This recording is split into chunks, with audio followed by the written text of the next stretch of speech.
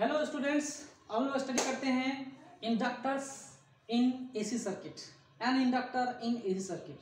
Now will study about the effect when an inductor is used in AC circuit. जब एक purely inductor इसमें कुछ भी resistance नहीं है इस कनेक्टिंग वायर में, ये जो सोर्स ऑफ ईएमएफ है अल्टरनेटिंग सोर्स ऑफ ईएमएफ है, अल्टरनेटिव सोर्स ऑफ करंट है, तो ये और इंडक्टर जिसका सेल्फ इंडक्टेंस या इंडक्टेंस हमने कैपिटल ले रखा हुआ है, इसमें इस इंडक्टर को जब एसी सोर्स के अगेंस्ट में रखते हैं, इन दोनों को पैरेलल में रखेंगे तो क्या इफेक्ट होगा, करंट के ऊपर कितना इफेक्ट पड़ेगा, क्या दोनों सेम फेज में रहेंगे या कितने फेज से आगे पीछे जा रहे हैं, फेजर डायग्राम क्या होगा, वेव डायग्राम क्या होगा, वो सब हम लोग क्या करेंगे, ड्रॉ करके समझेंगे।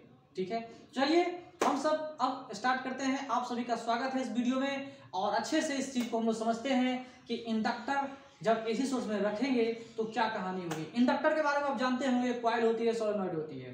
ठीक है, एसी सोर्स के बारे में मैंने आपको बता दिया है, एसी सोर्स क्या होती है ना। चलिए, एसी सर्किट में जब हमने सोर्स ऑफ ईएमएफ लगाया यहाँ पर, तो क्या हुआ, तो क्या होता है वो देखिए। जब हमने एसी सोर्स में हमने लगाया तो ये पीक ईएमएफ है, तो इंस्टेंटेनियस ईएमएफ कितना होगा, V equal to with sine omega t. ठीक है, ठीक है।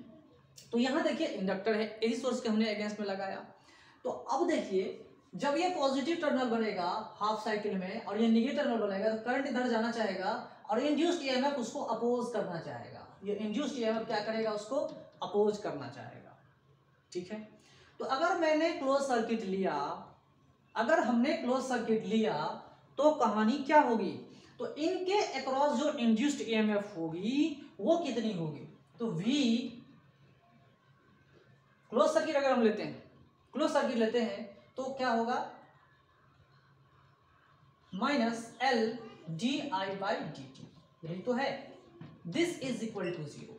अगर आप यहां पे प्लस भी करते, potential difference across this plus minus L di/dt, तो भी यही कहानी आती।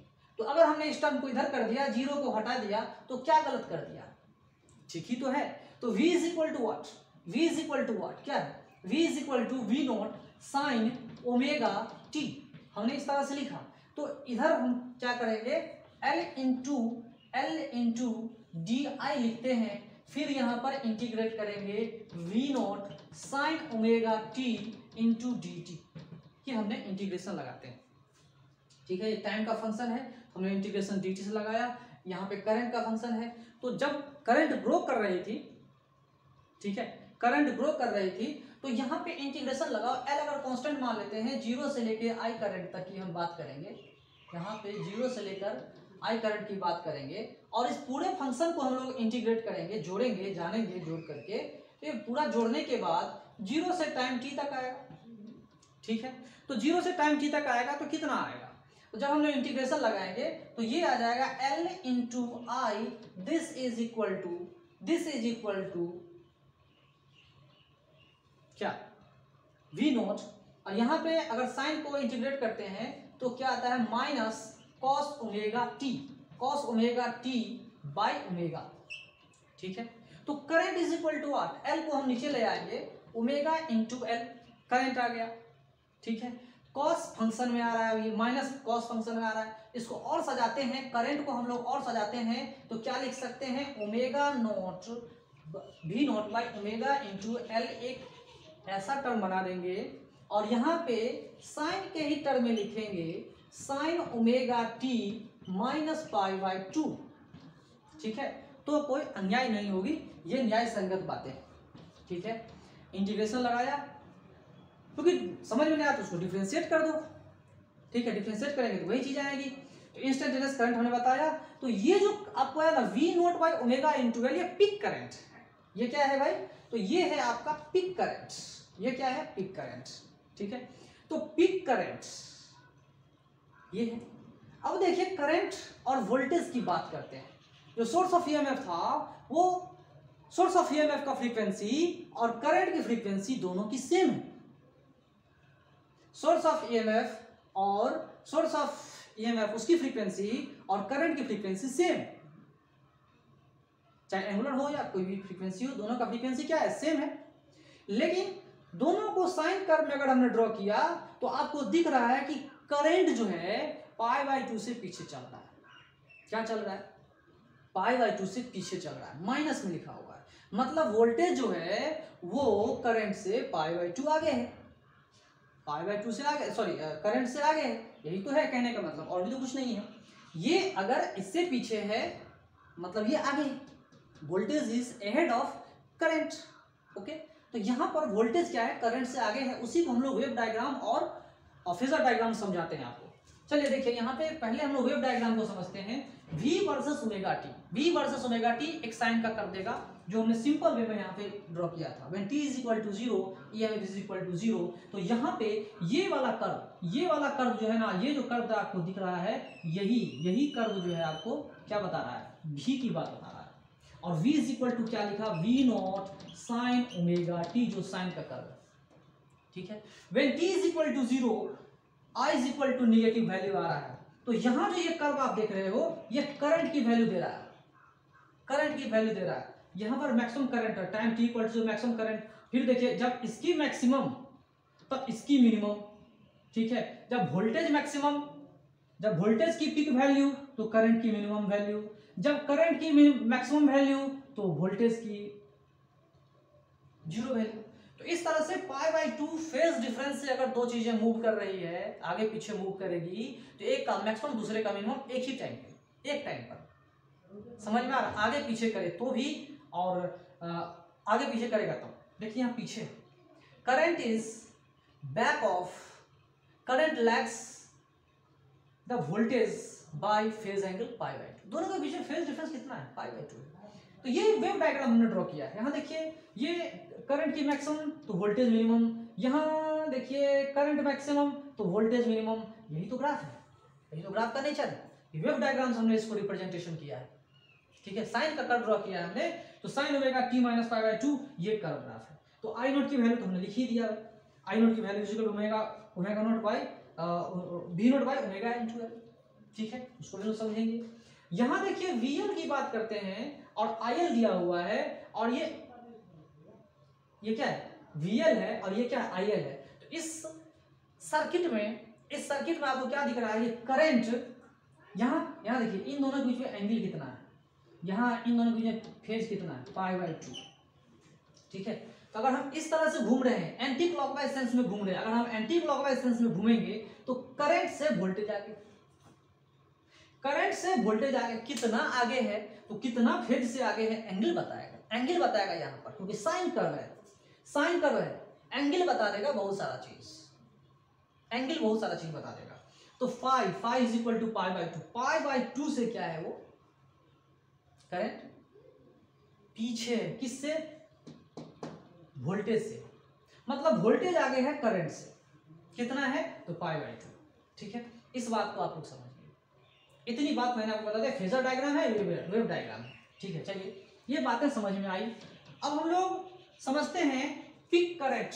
पीक करंट को हम लोग कैसे लिखेंगे? I0 is equal to V0 divided by omega into L।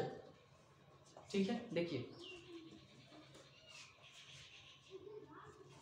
अब यहां देखिए, ये पीक करंट है, ये पीक वोल्टेज है, इन दोनों में रिलेशन है।